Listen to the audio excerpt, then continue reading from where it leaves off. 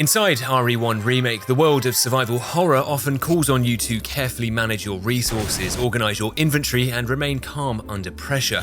But today, Jill Valentine, the master of unlocking, will also be given the opportunity to unlock debilitating mental illness, as we attempt the OCD completionist percent by setting out to return all 89 key items found in the game back to their correct positions without ever using the item box. That means that every lock and key, every puzzle item, all progression tools, and even the results of your most recent colonoscopy, they'd all need to be found and transported back to wherever they belong in the game, using only Jill's 8 inventory slots. Now, what makes this so difficult is that because free will wasn't invented until the mid-2000s, items collected in this game cannot be voluntarily discarded. Some key items once used can be deleted, but others without the item box are permanently locked to the player's inventory for the entire game, making the margin of error for this challenge, well, non-existent. Which is to say, you're probably wondering how a man with an upload schedule that looked like the pricing chart for a crypto meme coin could possibly have the organizational skills to manage such a challenge. Well, don't worry, because it's about to get a whole lot worse. Let's report this to Wesker. Oh my fuck!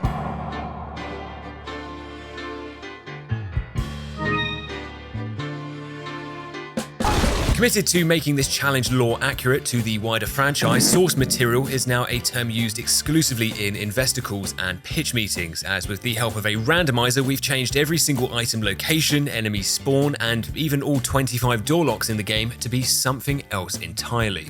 In need of life-saving medication? Well, that's now just a garden ornament. Desperately trying to escape imminent death? Sorry, Joe, that door is for premium subscription holders only. Schizophrenia is now a feature, not a bug, which certainly makes the prospect of finding, let alone correctly returning all 89 key items before I softlock myself, slightly more challenging than it was 20 seconds ago. Undeterred, however, after Brad abandons the entire team because the vibes were off, we entered the world of randomized survival bullshit, feeling understandably quite tense. Barry, there's nobody here. The foundation this challenge had been built on meant for us to unexpectedly expect the unexpected, shown clearly next door by Kenneth, who'd apparently become the first person, I think, in human history to be killed by a shark inside your living room. Telling Barry his unease at this news was obvious, with the tense atmosphere only being broken by this acorn that hits the dining room window, scaring Barry, who immediately unloads into the nearest wall before stripping off naked. I don't really know why the last part was necessary though. With no sign of a supervisor inside the main hall to report this to, the challenge had now officially started, and much like my upcoming criminal trial for tax evasion, the most important thing we had to do right now was discovery. From here on out, everything we thought we knew about this game was completely irrelevant. Items could now be anywhere, meaning that game progression now rested on us strategically working out a new route through the game with whatever doors and items we could find. Think of it like a game of chess, except the opposition player is also trying to stab you. The whole point of discovery, though, was to specifically help prevent surprises at trial. That being said, discovery in this challenge seemed to just be me repeatedly walking into the in-game equivalent of finding my client's signed confession.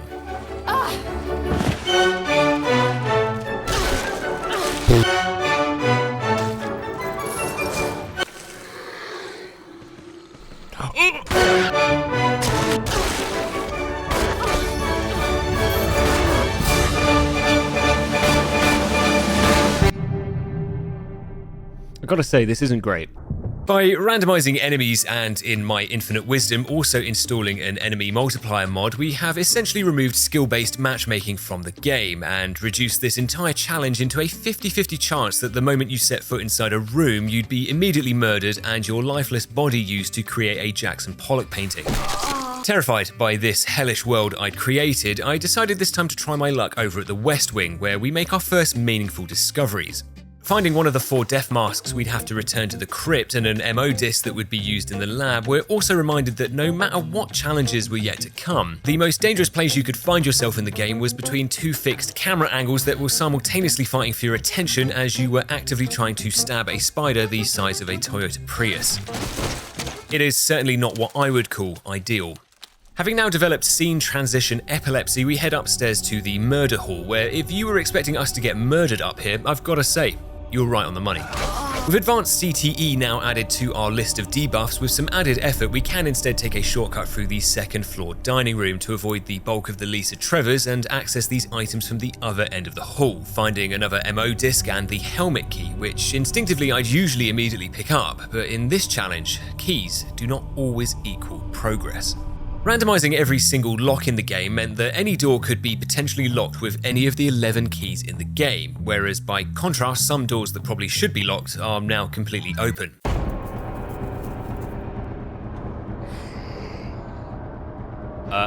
Excuse me. This can make key management problematic. Whilst they're one of the few items in the game we can discard to free up room in our inventory, this can only be done once they've unlocked all of their corresponding doors. So multi-lock keys like the mansion keys could, with horrific RNG, be cemented into our inventory for a very long time, meaning soft-locking the challenge, especially in these early stages, is a real possibility without access to the item box. Taking the right item at the wrong time can leave us without the space to combine new items, pick up required keys, or even in some cases, completely seal us off from entire areas of the game. So to minimize this, the minds over at Zero Industries have come up with the latest in cutting-edge neurodivergent technology, introducing the spreadsheet, a completely over-engineered piece of work that I spent far too much time on that would now not only help us keep track of everything we found in the game, but also was a fantastic way for me to gauge where I sat on the autism spectrum. Dedicating a section specifically for door locks, we could now note down every door we find, its location and its corresponding key to automatically calculate how many uses of each key remained and simplify the risk versus reward of picking one up. Now, you might disagree, but this is what peak male sex appeal looks like. Once through the murder hall, a quick check of the third floor library reveals that we can actually pick the lock to the door. This room is actually the location of a major late game boss fight, and considering today it could be anything, I felt apprehensive at what could possibly walk around that corner. Are you alright? Having apparently tripped through the window and killed itself, I'd say Umbrella was about as close to a bioweapon breakthrough as AI companies were to turning an actual profit. Premature. Although the newly randomized gem in the library isn't of much use to us now, we do find the shield key here by the door, which opens up the mirror room off the main hall to give us the battery and some ink ribbons. Picking the lock to the second floor patio upstairs, Forrest reminds us that the chances of you being violently robbed and murdered by pigeons is low, but it's never zero.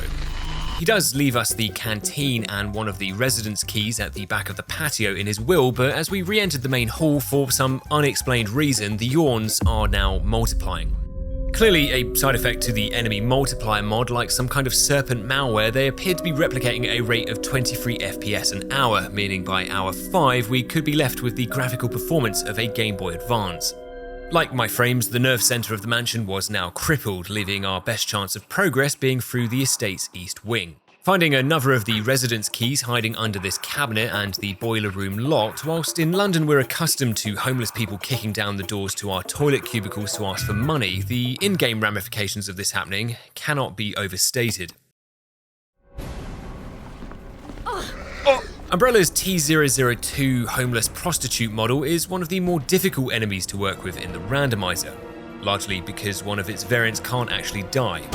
Trapped inside the ensuite by a wall of unkillable vitamin D deficient flesh, my immediate worry became less about never being able to leave this toilet cubicle and more about how we'd ever reach the item hidden inside the bath. If it was something we needed, the challenge was already over. Oh my god! Thankfully, moments before being ripped off my feet and slammed headfirst into the toilet, we were able to reach the item to cross it off our list, ensuring that the bathroom on any future trip through here would remain undisturbed. Up the hall, the shotgun can actually be taken immediately by Jill thanks to her exclusive cutscene with Barry where he rescues her from the trap with the iconic line of, "That was a close one." You never actually have to replace the trap spring with the broken shotgun, but because the now lowered trap seals off access to the room, doing so would directly contradict the core rule of the challenge. So instead we press on through to the dark corridor, which becomes the light corridor thanks to the unbelievable amount of light being reflected off this guy's BBL.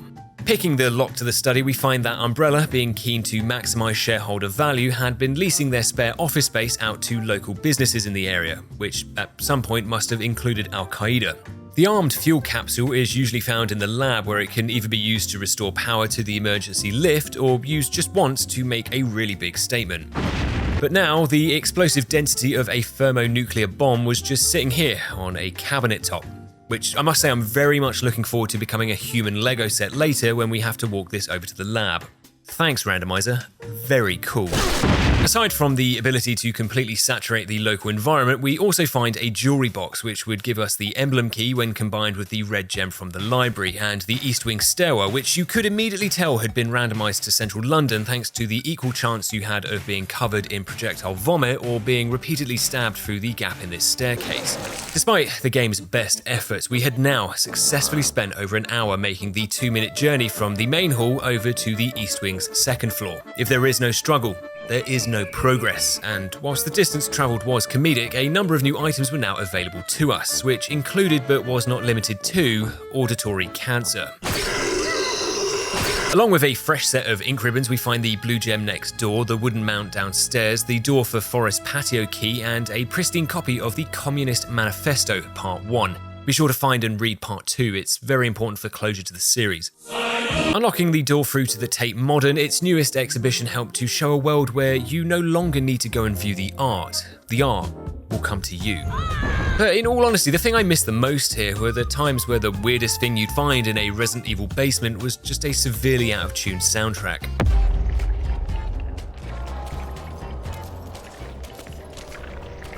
This is a living hell. With Lisa Travers now scaling the walls like Spider-Man, it was essential that we not become a victim of crime down here. So quickly checking the item down the corridor to find the star crest, we assert dominance over the apex predators next door to find the metal frame hidden inside another of the game's jewelry boxes before restoring power to the second floor lift. Trying to use the lift, however, is met with very limited success. Much like with the Tyrant, the randomizer at times makes the spacious areas of this 14-bedroom mansion feel like we were playing inside one of those Chinese coffin apartments. Considering our firepower is scaling at the same rate as minimum wage and enemy HP actually resets back to full if you ever leave a room, areas like the kitchen prove that if you wanted to kill anything around here with your weapons of minor inconvenience, you'd need to adopt what I like to refer to as guerrilla warfare.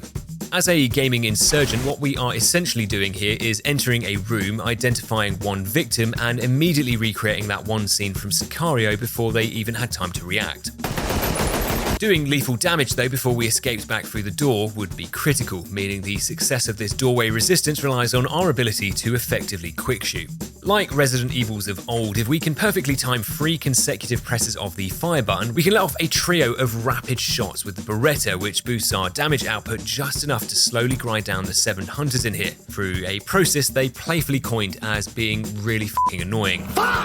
Consistency of this technique may be up for debate, and whilst this may be considered morally dubious, it is what the community deem legally acceptable.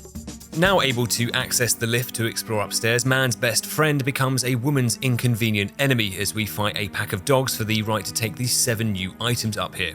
Our excitement at what we might find immediately turns into a deeper understanding of the crippling disappointment those people must have felt when the exotic bird they discovered turned out to just be a seagull covered in curry sauce. Relatable. With nothing of value found, we look to fill this 7-item-sized hole in my heart over on the patio balcony, where we could use the residence key to unlock the deer room. But I hadn't realised that my metaphorical analogy about holes in me was going to be taken so literally. You've got to be fucking joking me.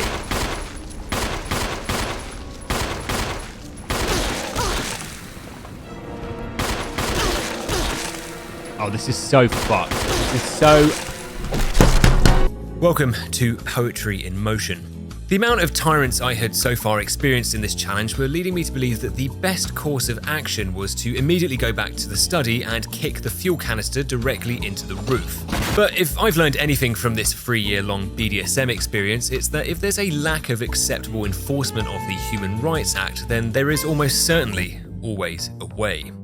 Disregarding the sizable height and weight differences between the two participants of this patio matchup, which for context was one Kawasaki Z650 motorbike, the Tyrant still has collision, so if we time our run to coincide with his attack cooldown, getting the correct angle allows us to push him all the way back to the edge of the wall and escape his clutches just in time to return back to the mansion. Physics be damned. Back inside this industrial-sized vivarium, with that key we can now open the Deer Room to complete the Manifesto series and find the lighter and stone and metal object inside the bedroom next door. Both were key items, but one came with a significant cost. Both characters have access to a special inventory slot, a dedicated space for one unique item that can be stored outside of their main inventory. For Jill, she uses it to store her lockpick, whilst Chris instead has this lighter, to presumably help with heating up crack on the go. The lighter, however, is one of several key items in the game that, despite being used, cannot be discarded, so whilst Chris manages to save a slot in his main inventory, Jill will eventually have to commit to picking this up, which, along with the Beretta, essentially wipes out the perception of her larger starting inventory. So now, this discovery suggested that the best option was to use the stone and metal object to unlock the shed and begin exploring the mansion's grounds. If that failed, our previous clear out of the second floor dining room had given us the stone object hidden inside the statue, which, when combined with the frame from the basement jewelry box and the two medallions from both copies of the last volume, could get us all the way to the lab instead. Arriving outside the shed, the first thing we find on the floor is a breach of GDPR and a chronic sense of foreboding.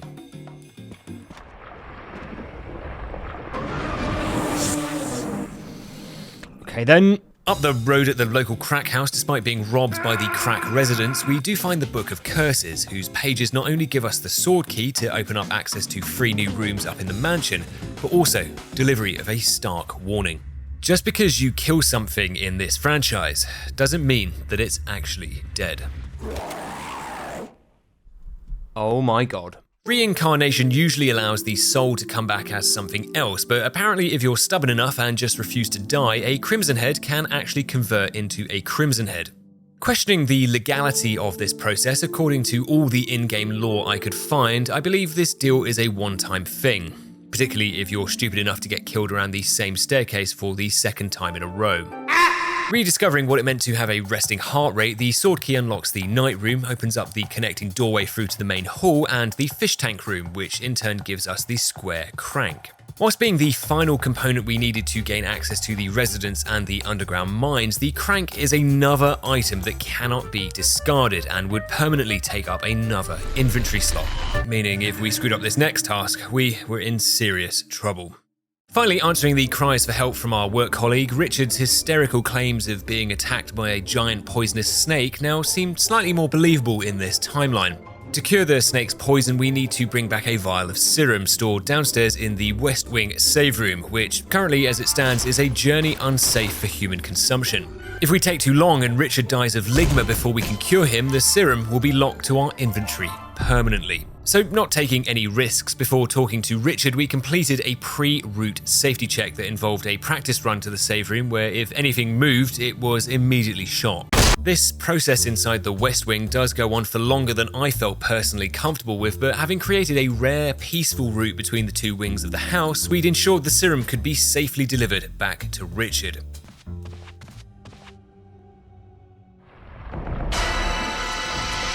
Oh my god. Richard, you weren't f***ing kidding. Like Newton's apple, having my POV become a wildlife camera had helped me to prove beyond reasonable doubt that, just like dogs, snakes cannot look up. If you can put a distance of as little as 3 centimeters between you and the floor, the snakes will become neurologically unavailable, allowing you to stand safely on the stairs, which was really handy because snakes and stairs are 2 things I seem to have in abundance. Also able to discard the sword key by unlocking the attic. Once inside, unquestionably the most iconic scene in gaming history takes place as Richard bursts through the door and says it's Aiken time before straight up vanishing from the room and presumably the planet. Well, that makes a nice change. Apart from this red herb and the distant ghostly cries of Richard's trapped soul, his equation-cancelling disappearance in the attic had also removed the snakes from this corridor, allowing us to explore the dining room where it's never really explained in-game why lighting a candle was apparently a prerequisite for using our hands to open this cabinet. Finding the first of the 4 empty bottles on our way out, it was a reminder of how tight this inventory management was really going to be. Unlike Chris, Jill can actually read books marked ages 12 and above, so the responsibility for synthesizing the V-Jolt later in the residence falls to her, not Barry, which meant including the lighter for the door's password, we'd need an eye-watering 5 open inventory slots if we wanted to stand any chance of completing this challenge. Losing just 1 more inventory slot was simply not an option, and whilst the game's item economy works largely on a consent-based structure where you can accept or decline items you find, certain areas like the trophy room simply refuse to play by those rules.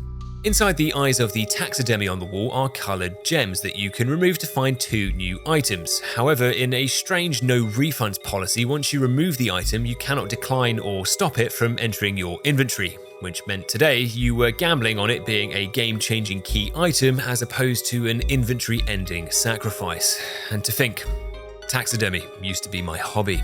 But whilst grinding out our fishing skill in the downstairs corridor, the raw sharks floating in the carpet and the RuneScape parallels it drew had given me an idea.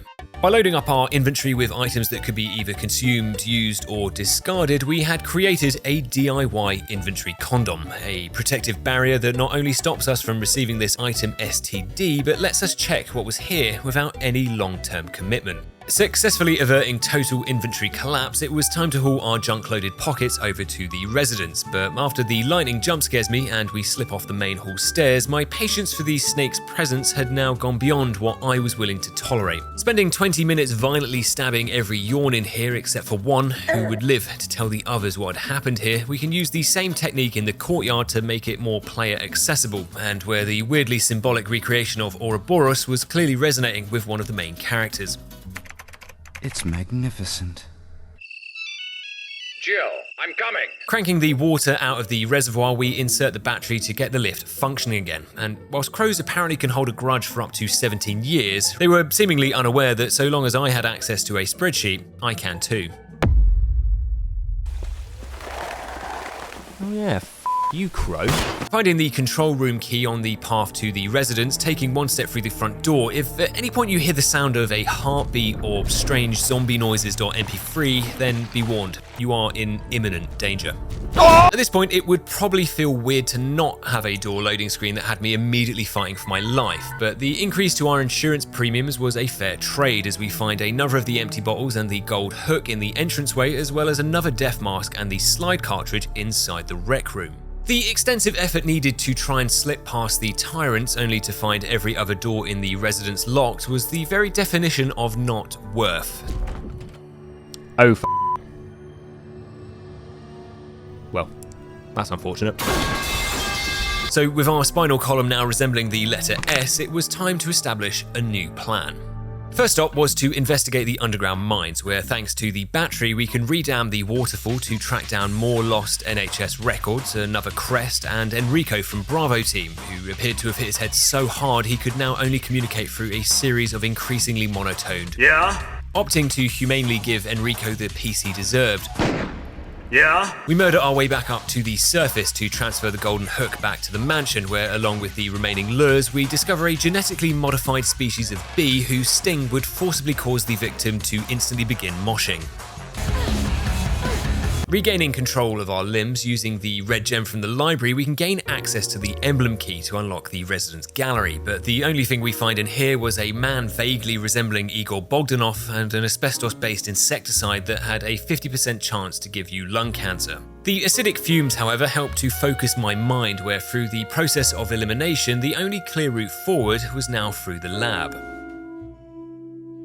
Getting there would require a couple of steps. First, the player has to insert 2 matching emblems into the door behind the stairs to access the altar. The first emblem we already have, but it comes with the unspoken commitment that we'd have to constantly remember to keep an inventory slot spare to go between the lab and the residence, whilst the second one can be created by combining the stone object from the dining hall with the frame from the basement.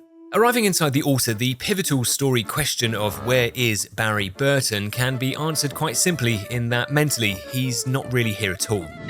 After we throw Barry's gun back to him to avoid it entering our inventory, my immediate reaction of wanting to break down in tears was superseded by belief.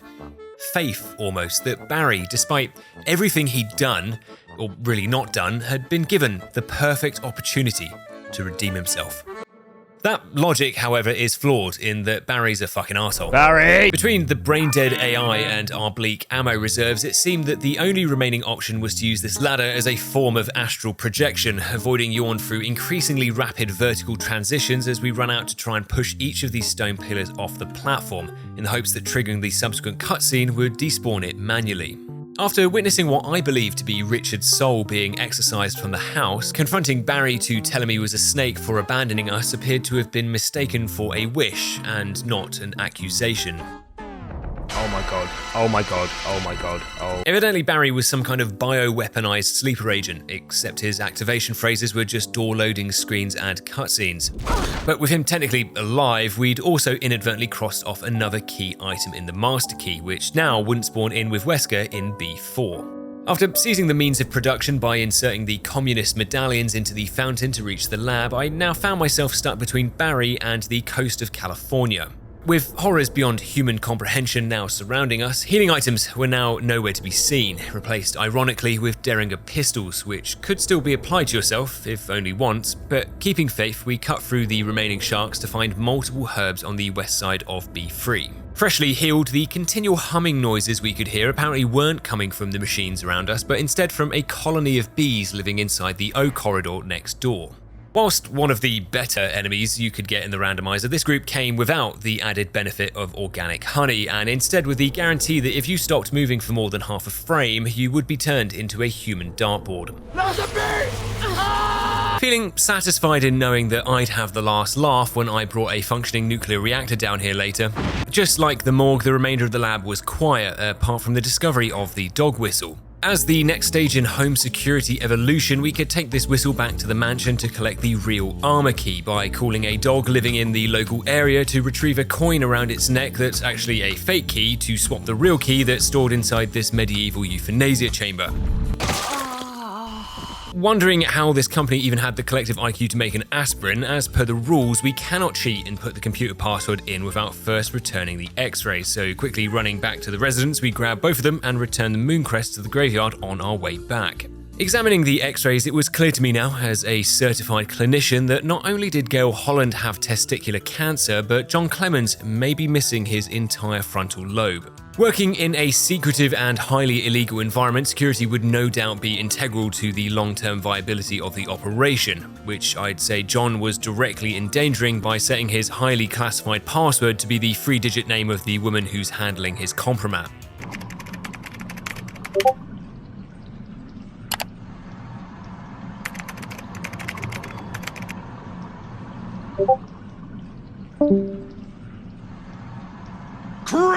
Anyways, after spending 30 minutes DMing high-ranking members of the Umbrella C-suite with various dick jokes, while still logged into the John Clemens files, we unlocked B2 and 3's doors to find a room that allowed you to fast travel back to the main menu. Okay. And an R&D prototype projector that just seemed to remove your hair textures, but nothing else.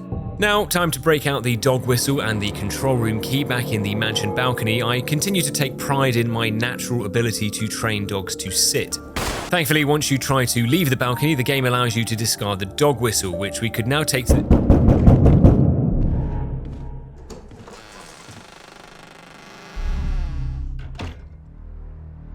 That was weird. Convincing myself that the story of Richard's ghost haunting the mansion wasn't real because I was the one who made it up, we can now trade the fake key for the armor key to start opening up the remaining locked doors in the mansion.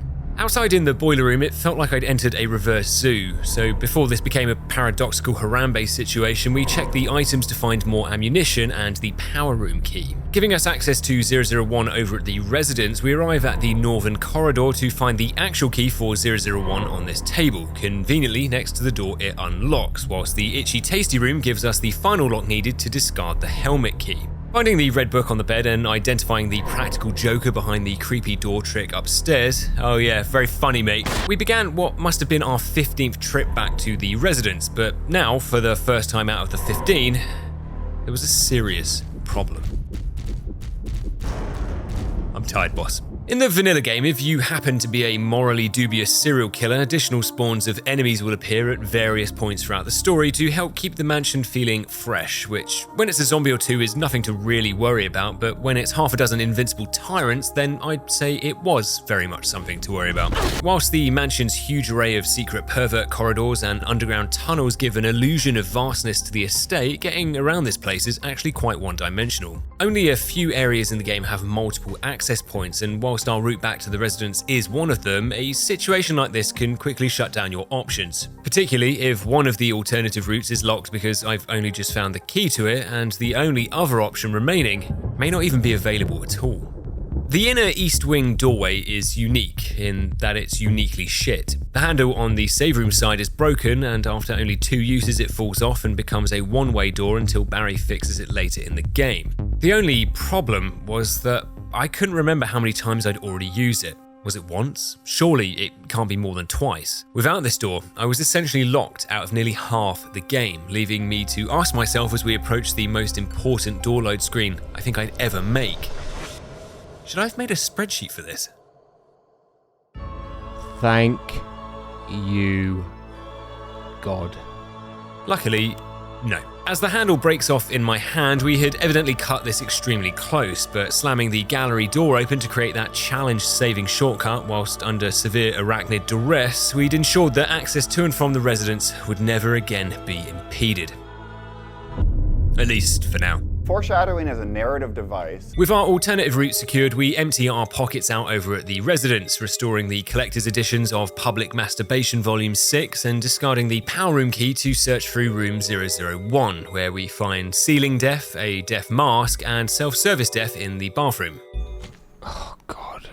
Wondering why every room that had a sink in this place seemed to be hell-bent on killing you, it suddenly hit me that one particular item had been suspiciously vacant. Ink ribbons, whilst being a consumable, are still listed on the wiki as a key item, so we would eventually have to track down all 9 sets hidden throughout the game. But that's just it. Where are they? It had been over 2 hours since my last save, and considering this challenge possessed a very liberal definition of the word fairness, the aqua ring represented the unknown. But whilst I didn't know what could be on the other side of this door, by now it surely couldn't be worse than what's already on this side of it.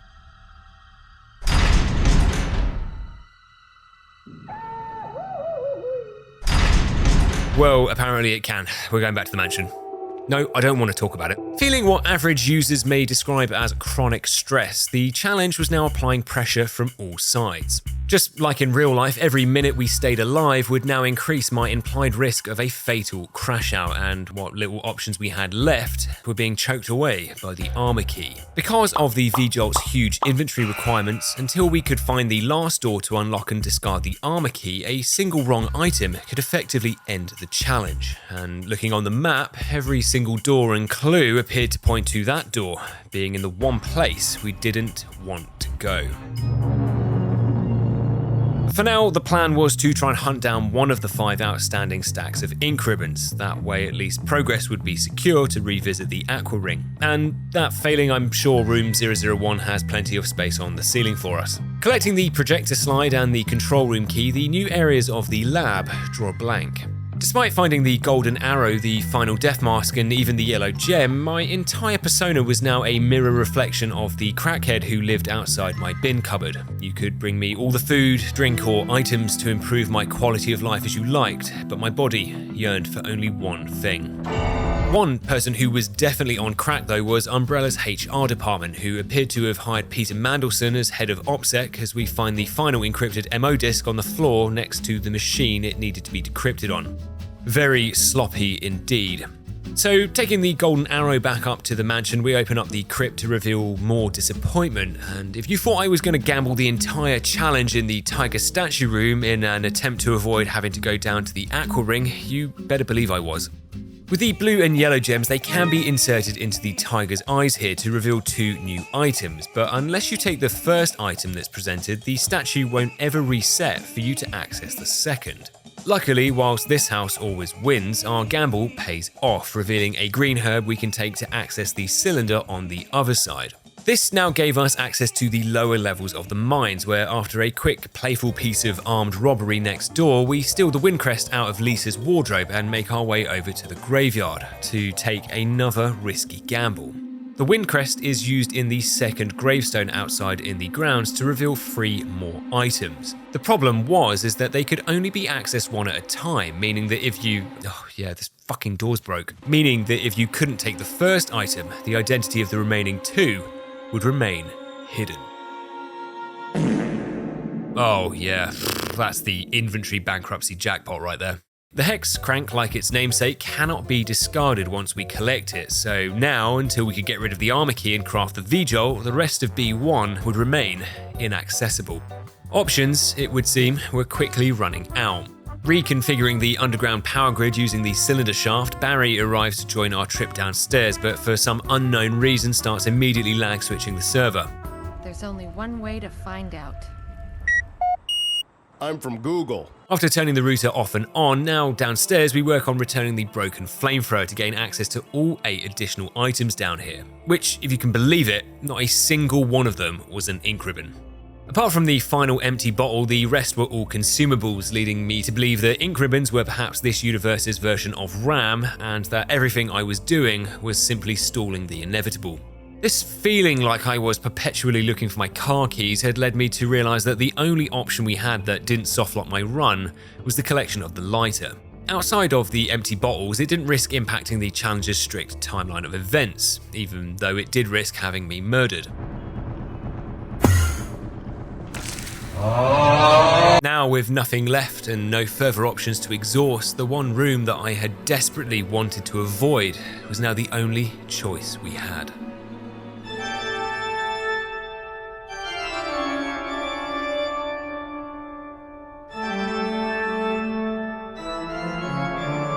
I appreciate my somewhat desperate reluctance to come back down here might seem weird, but it does feel like it's justified.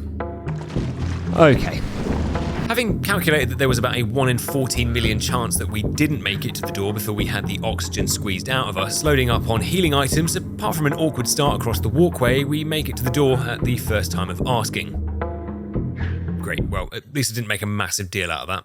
Whilst not quite the dramatic all-or-nothing run I'd anticipated, it still felt like a relief to have made it through alive, and after we flushed the snakes into the local water system, we were given the lifeline we'd been looking for. Also, finding the herbicide on top of these boxes and an ancient relic from another timeline where weapon-free choice existed, we make our long-anticipated save inside Plant 42's save room to remove the ominous pressure of lost progress before regrouping to come up with our next plan. With the armor key finally discarded, every key and lock in the game had now been used or opened, so after returning the herbicide to the mansion to recreate that warning image you find on the back of bleach bottles, we finally had the inventory space to commit to cooking crystal meth back in the residence. It would, however, take every single inventory space to do so. Well, I mean, if I can just be completely upfront and honest with you, no. I think the moment you start crying over losing an ink ribbon, emotionally you may be classed as a train wreck. But now with the space for the 4 empty glasses, we collect all of them and use the lighter to reveal the chemical cupboard's door code. Once inside, the wiki listed 7 different variations of FD&C food colorings that could be created and combined to produce VJOL, so for full transparency we crafted every single one, creating a serving of gamer sups that was so strong it could kill an elephant. With Plant 42 now enjoying a serving of anime girlfi that would have it locked in for the next 4 years, the gaming gods intervene momentarily to give us a rare opportunity to discard all 4 of the now used empty bottles. This act of kindness not only cleanses our almost 100% definitely soft-locked inventory, but also deletes the sentient Ken dolls from the entrance hall to give us the perfect start to this final cleanup. With only 10 items still unaccounted for and only 23 left to fully return, that number remains unchanged in 001's bathroom, where the only thing we find in here was that enemies don't give a shit about cutscenes.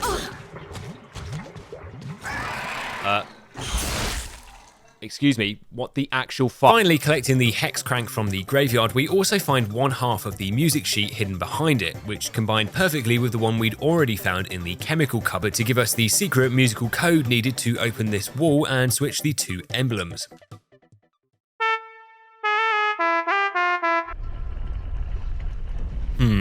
Inside the mines, rotating the ceiling by 90 degrees finally gets us over to the south side of B1, where it's clear the game thought that this little practical joke would be extremely funny.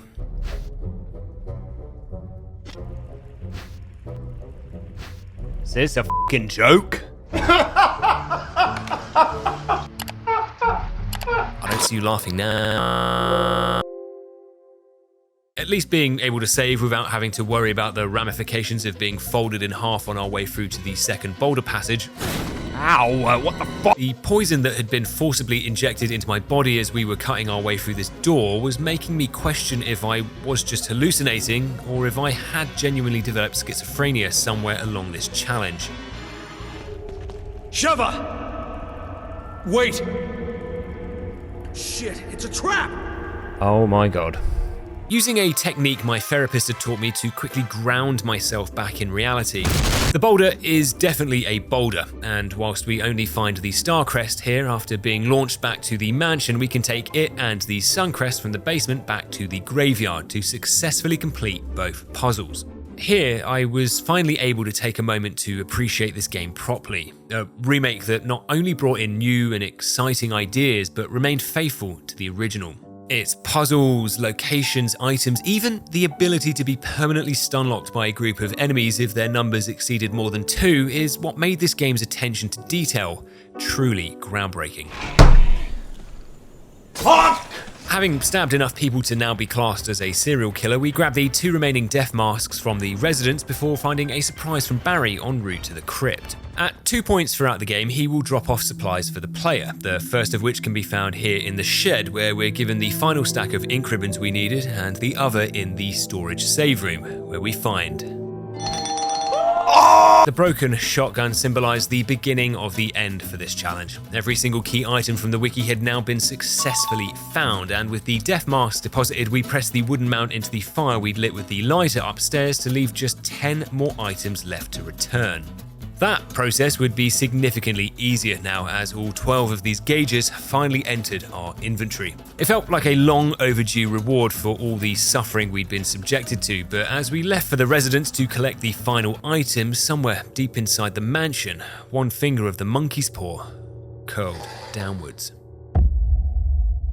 Feeling invincible, buckshot had now become the preferred method of negotiation, as we collected the remaining ink ribbons and supplies from the residents and the underground mines to officially close off both areas. The shotgun and its ammo had reduced us to a 1-slot Andy, but confident no further combinations were needed inside the remaining item pool, we'd still need to use all the remaining ink ribbons before we left to make room for the emblem and our return to the lab. Now, when I'd left just a few minutes ago, the dramatic music and the sound of a door opening and closing behind me, signaling another tyrant entering the darkroom, seemed like a non-issue. But let me clarify, this is very much an issue. In fact, it's about as big of an issue as you could possibly have.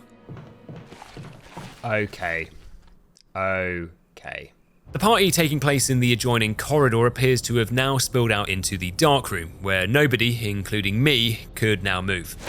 With no time to shoot our way out of here before we were stun-locked to death, there was also no way to use our collision tech from the patio, and with no other route back into the mansion, had my overwhelming desire for the shotgun played me into a checkmate, just 2 minutes before we beat this challenge.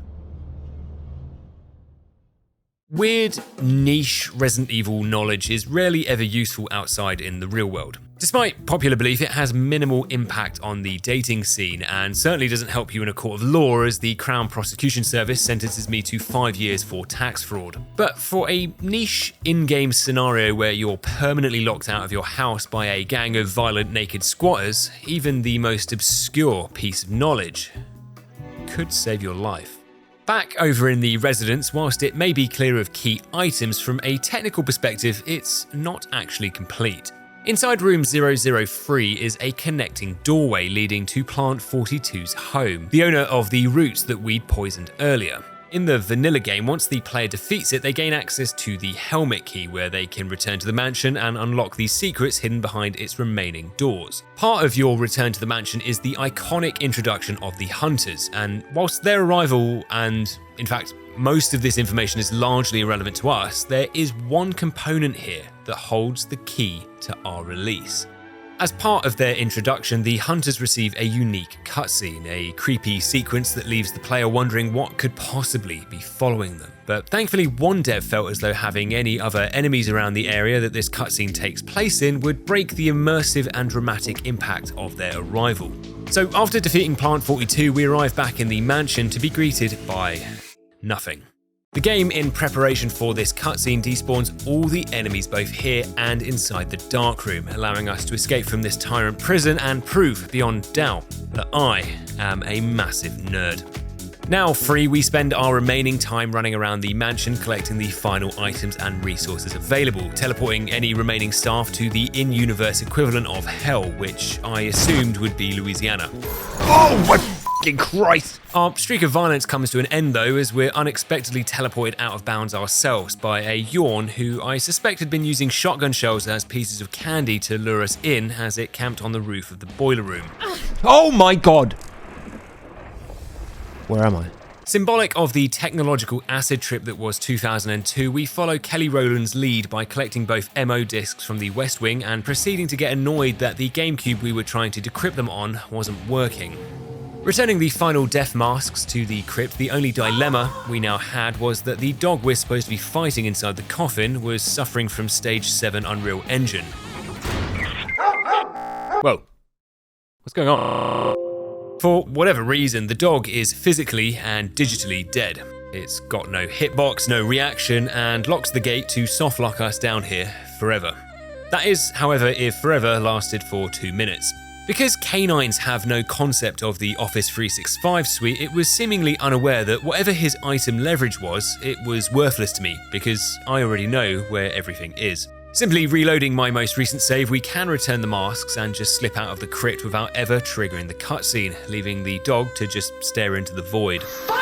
Unfortunately, back inside the mansion, our Plant 42 trick was a one-time only type deal. The tyrants are now back, and as we collect the fuel canister, they seem to have little regard for their own safety. Chemistry remains a fine balance, however. If Dyatlov has taught me anything, it's that 3.6 Ronkin is not great, but it's not terrible, and just because the item says not to run, doesn't mean we can't. A few quick steps out of the study aren't enough to detonate myself into the atmosphere, but are enough to escape this corridor of death, leaving us free to enjoy a more relaxing and less combustible journey back down to the lab. Having already taken the time to harvest the local bee population into explosive yellow water balloons, the lab was now safe to power back on, leaving us with just one more item to collect back in the mansion. An item that, despite Jill's hardships in this challenge, was one that even Chris hadn't managed to collect. Taking the canteen, we pour one out for the homies and meet up with Wesker in the lab, who seemed to be the only one unaware that we'd seen the ultimate lifeform so many times by now that it was essentially bioweapon Timu. But even as it transformed into a singular bee that tried to deafen me with what can only be described as high-frequency bullshit. Fuck is going on? One shot silences it for good. Leaving us to just rescue a severely disorientated Chris from the prison cells, we make room for the fuse unit in the penultimate room of the game, and with one final lift up to the helipad, we could use the signal flares, item number 89 of this schizophrenic OCD redemption arc, to bring our remaining items left to return to 0. We'd not only signaled Brad, but the end of the challenge as well. Achieving the good ending, we'd returned every single item in RE1 Remake's randomiser without ever using the item box. Chris had been rescued, we'd not softlocked ourselves once, and Barry finally got what he deserved. Flying back home, the world was now one of infinite possibilities. The only question now was where that might take us next.